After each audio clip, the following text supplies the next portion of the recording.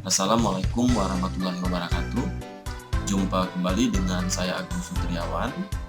Pada kesempatan kali ini kita akan melakukan uji normalitas data menggunakan software SPSS. Tetapi sebelumnya ada beberapa hal yang perlu teman-teman ketahui. Uji normalitas data ini merupakan salah satu uji prasyarat yang nantinya akan menentukan analisis selanjutnya. Kalau misalnya sebaran data kita itu berdistribusi normal, maka yang kita gunakan adalah statistik parametrik. Begitupun sebaliknya, kalau sebaran datanya tidak berdistribusi normal, maka uji statistik yang cocok menggunakan adalah non-parametrik. Lalu kegunaannya adalah, selain dasar dari mengkaji statistik parametrik dan non-parametrik, uji normalitas data ini sebagai pedoman data atau sampel yang akan kita ambil itu dapat mewakili data yang akan diolah. Sebenarnya ada banyak cara melakukan uji normalitas data.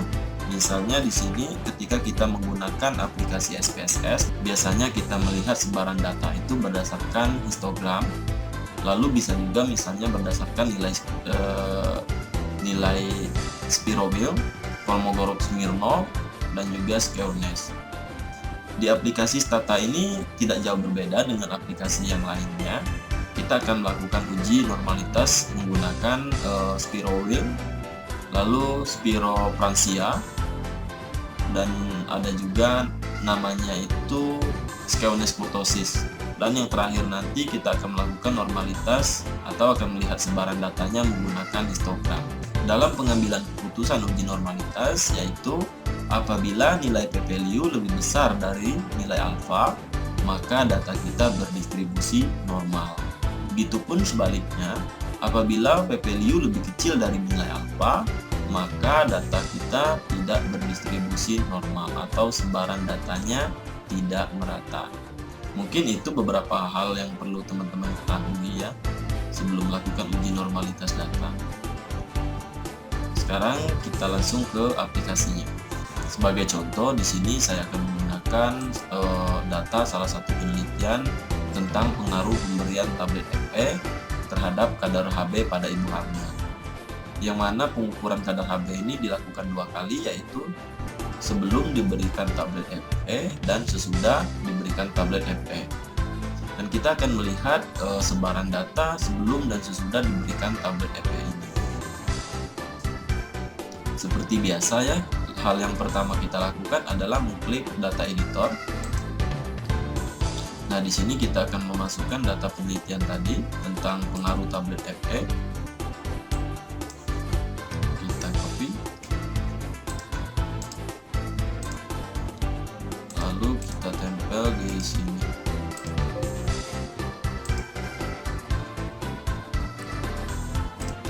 Sebelum melakukan analisis data, kita simpan dulu.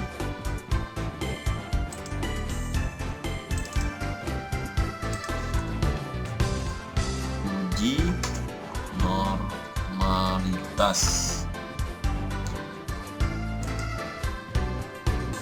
Terus kita keluarin.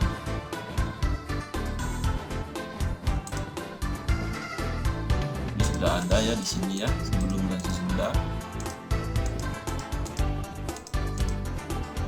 Kalau datanya sudah masuk, lalu kita bisa langsung melakukan uji normalitas. Di sini yang pertama kita akan melakukan uji normalitas menggunakan Shapiro-Wilk. Yang teman-teman harus hafalin di sini adalah sintaknya untuk uji normalitas menggunakan Shapiro-Wilk. Sintaknya adalah S-Wilk. Lalu di spasi kita klik sebelum, spasi sesudah, langsung di enter.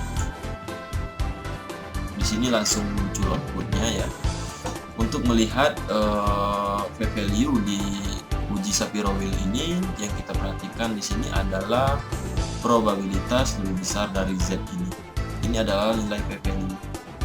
Kita dapatkan di sini nilai p-value-nya untuk sebelum diberikan tablet FE adalah 0,80456. yang artinya lebih besar dari nilai alfa 0,05, maka data tersebut berdistribusi normal. Begitupun yang sesudah diberikan tablet FE didapatkan p-value sebesar 0,56362 yang berarti lebih besar dari nilai alfa, maka data ini juga berdistribusi normal. Kemudian uji normalitas yang kedua yaitu Shapiro-Franzia. Sebenarnya Shapiro-Franzia ini adalah kembangan dari Shapiro-Wilk. Kalau Shapiro-Wilk ini kan semakin besar data, semakin mendekati ketidaknormalan. Sedangkan Shapiro-Franzia ini bisa digunakan untuk sampel yang lebih besar. Kalau saya tidak salah, Franzia ini bisa digunakan sampai jumlah sampel 5000. Sintaknya untuk Franzia ini adalah S Franzia, pakai C ya. Lalu kita tulis lagi sebelum spasi sesudah, enter. Teman-teman bisa lihat sendiri di sini p-value-nya dilihat dari tabel ROP lebih dari Z. Untuk data yang sebelum diberikan tablet FE di sini 0,76627. Sebenarnya ini tidak terlalu jauh berbeda dengan uji Shapiro-Wilk. Begitupun yang untuk uji normalitas sesudah diberikan tablet FE. Walaupun di sini teman-teman bisa lihat sendiri kalau p-value-nya ini semakin mengecil. Pengambilan keputusannya sama. Di sini kita dapatkan p-value sebelum dan sesudah ini lebih besar dari nilai alfa, yang artinya sebaran data sebelum dan sesudah diberikan tablet FE ini berdistribusi normal. Cara ketiga yaitu melakukan uji normalitas data menggunakan skewness kurtosis. Sintaknya adalah SK tes sebelum spasi sesudah, enter. Teman-teman perhatikan di outputnya di sini sedikit berbeda dari Shapiro-Wilk maupun Shapiro-Franzia. Di sini ada nilai skewness dan ada juga nilai kurtosis dan ada nilai chi-square-nya. Untuk menentukan sebaran data kita masih melihat di tabel yang paling ujung ini. ROP lebih dari chi kuadrat. Didapatkan p-value sebelum dan sesudah diberikan tablet FE ini lebih besar dari nilai alfa, yaitu lebih besar dari 0,05, yang artinya sebaran data kita itu berdistribusi normal, sehingga data ini bisa dilanjutkan menggunakan uji statistik parametrik, yaitu uji T-dependent atau variability test. Yang terakhir kita akan melihat kenormalan data itu menggunakan grafik. Kita lihat di bagian menu ada grafik ya, diklik grafiknya, lalu di bagian distribusional grafik, lalu kita pilih yang histogram. Di sini kita masukkan data yang ingin kita lihat sebarannya, misalnya data sebelum, lalu diklik OK.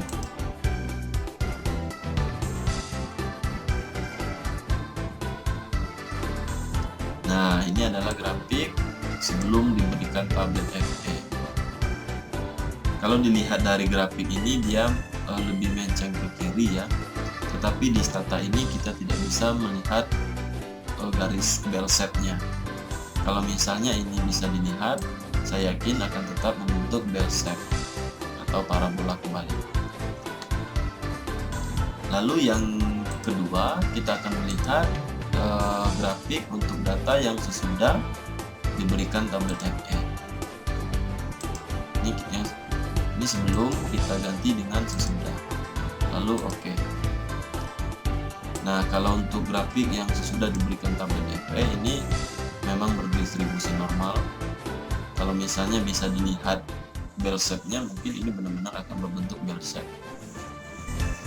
Ada cara lain sebenarnya kalau ingin melihat distribusi normal di stata ini. Saya akan kasih contoh ya untuk salah satunya saja. Di sini kita akan menggunakan ggplot. Di ggplot Ggplot ini bisa juga melihat sebaran datanya. Nah, ini adalah Ggplot. Jadi di sini itu kalau misalnya sebaran data ini mengikuti garis lurus ini, maka sebaran datanya berdistribusi normal. Kalau misalnya titik-titik ini banyak di atas, banyak di bawah, maka data itu tidak akan berdistribusi normal. Lalu bisa juga melihat di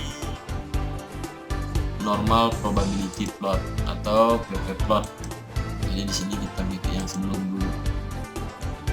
Lalu kita klik OK. Ini sama cara membacanya dengan yang Ggplot tadi. Kalau misalnya datanya mengikuti garis lurus ini, maka sebaran datanya berdistribusi normal. Selanjutnya kita akan menyimpan output yang dihasilkan oleh Stata. Di copy dan langsung dibuka di Microsoft Word.